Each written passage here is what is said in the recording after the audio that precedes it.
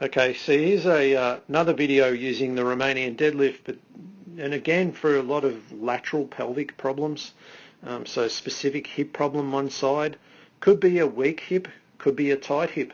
It's hard to say, but the deadlift itself is a very good exercise for correcting a lot of hip problems, really restoring the strength and the motor control with it. And in this case, what we're using is a band pulling laterally. So you can see here Dylan moving through his deadlift here, and we've got the band out to the side, pulling out to his left side.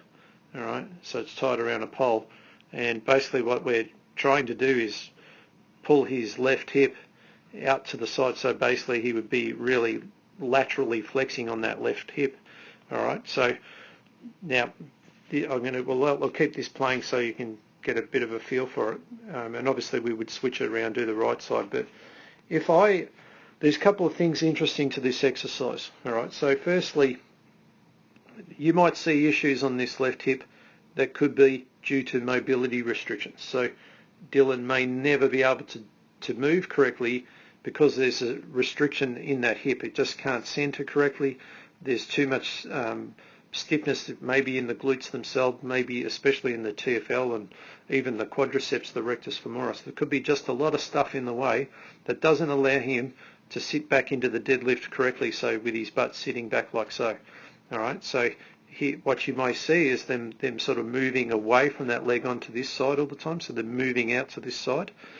You also may see the same deviation or compensation if the glute itself is quite weak. So there may be no mobility restriction. You might have really perfect mobility, and in theory should be able to do it right, but again you will see the deviation moving out to the right hand side to avoid putting weight on this leg. And that's common we see with a knee problem. If there's a knee problem present, the body will try to shift away, just like when you'd limp if you sprained your ankle, you would move your body away and you'd see the person shifting out to the other side.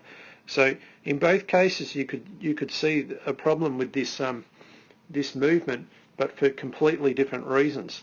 All right, so which side would I place the band on if that was the case? Well, if I've got a mobility restriction and I pull the band and I'm trying to pull him into, I'm basically feeding the mistake in a way, that'll only probably make it more worse and probably pinch through the front of the hip. I may actually be better off with the band on the opposing side, so pulling out this way, and then you'll be able to feel, and obviously I'm going to have to probably work with some mobility corrections in between it.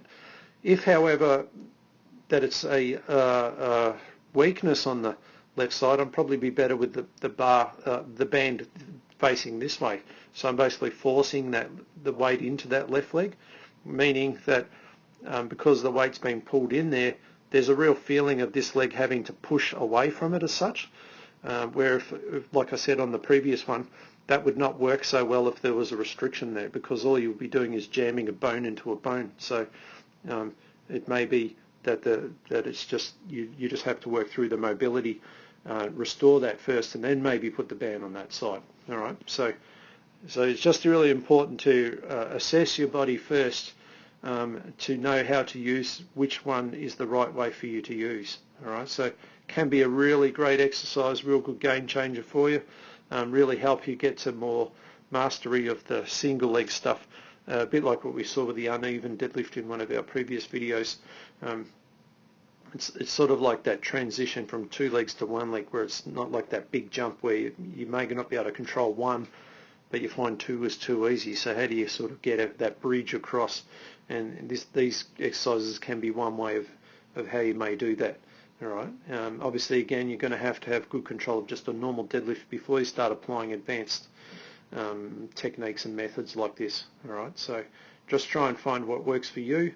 And and hopefully this helps you out. And I get a lot of questions about these specific problems all the time, and and there's not really ever one way. You just have to find a right mix or a recipe of exercises that works for you.